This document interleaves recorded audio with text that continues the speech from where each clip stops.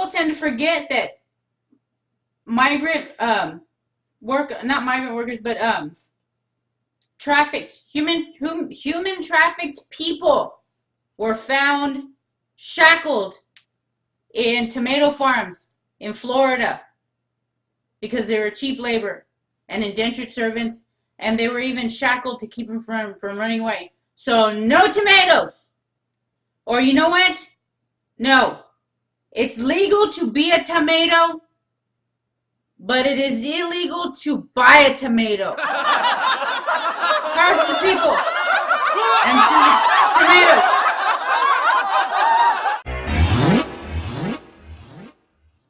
Okay, I wanted to talk about Divinity's points, but unfortunately it's still cold in the United Kingdom, so I'm not going to take my clothes off to make my point. I'm just going to let these luscious gentlemen fill in the space so that I can keep my clothes on.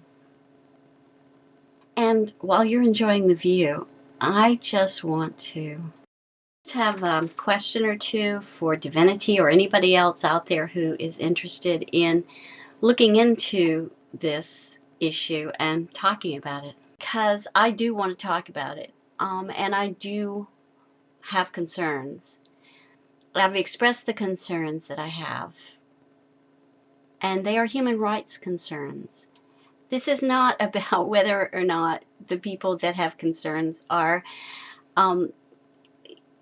have problems with their sexuality, which is one of the things people like to say, or or are radical feminists. I do not consider myself at all a radical feminist.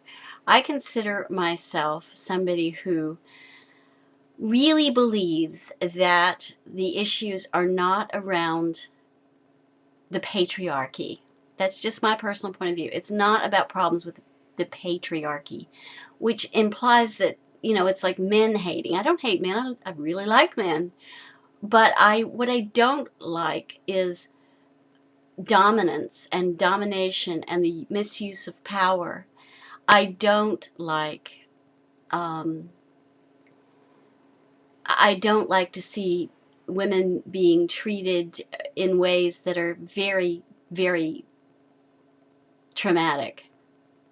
And one of the ways I don't like to see women abused is through trafficking.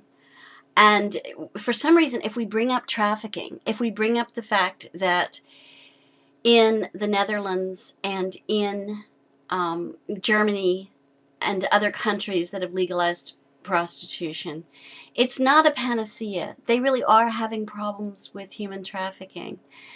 I mean, what I believe about the rights of men and women both, I don't like this equalist thing, but I like the idea. I don't like the word, I like the concept. But I like the idea that the old Chinese proverb, women hold up half the sky. I think women do hold up half the sky. I think we are the equals of men. And I think we have a right not to be treated in ways that are abusive. If a woman wants to and truly is volitionally consenting to become a sex worker, I think that's fine. I have no problems with that. My problem is with the ambiguity in determining consent when 70% of women working in Germany are from other parts of the world. The same thing is true of the Netherlands. The Netherlands has closed its a lot of its sex windows. There are 142 legal brothels in the Netherlands, and yet there are many, many more illegal brothels. I mean, I'm not making this up. These are statistics from the United Nations and from places like Das Welt, which is the German equivalent of the BBC or the PBS.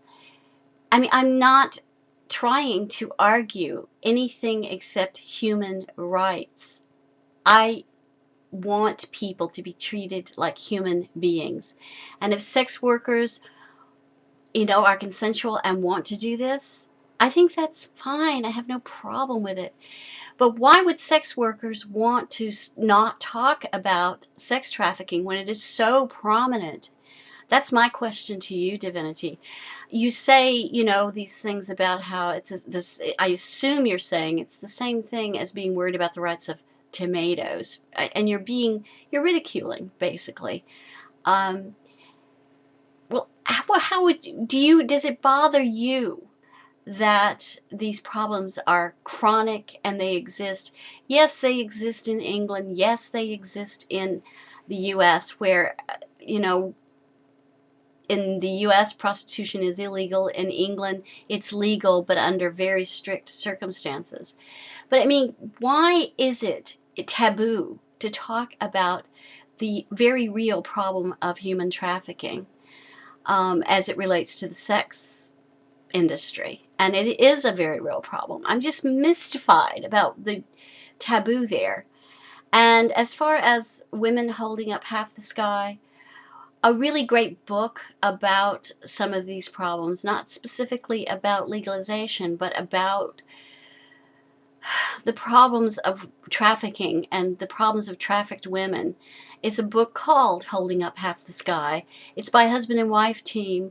He's won the Pulitzer Prize twice. She has won it once. They are very thorough researchers and journalists. They express a lot of the same issues I'm talking about here. Why are we not to talk about this? I mean, why does this?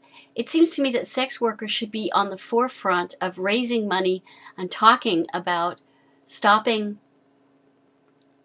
trafficking. They should be irate about people who aren't of their own free will consenting to become sex workers, but who are being forced into horrible conditions. Why is that not happening? Or if it is, and please tell me where it's happening.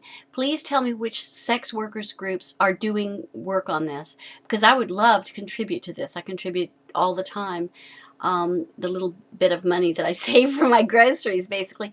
I want to know, because I want, if we want to take a stand for the legalization of prostitution, we have to look at the complexity. We can't just treat it like, oh, well, we'll legalize it, and tomorrow morning it'll be a panacea, and we'll all be happily ever after in Disney sex land. It's not going to happen unless we think about the complexities, and unless the complexities are not taboo. Anyway, hope you enjoyed looking at these guys. I certainly did. Take care of yourselves.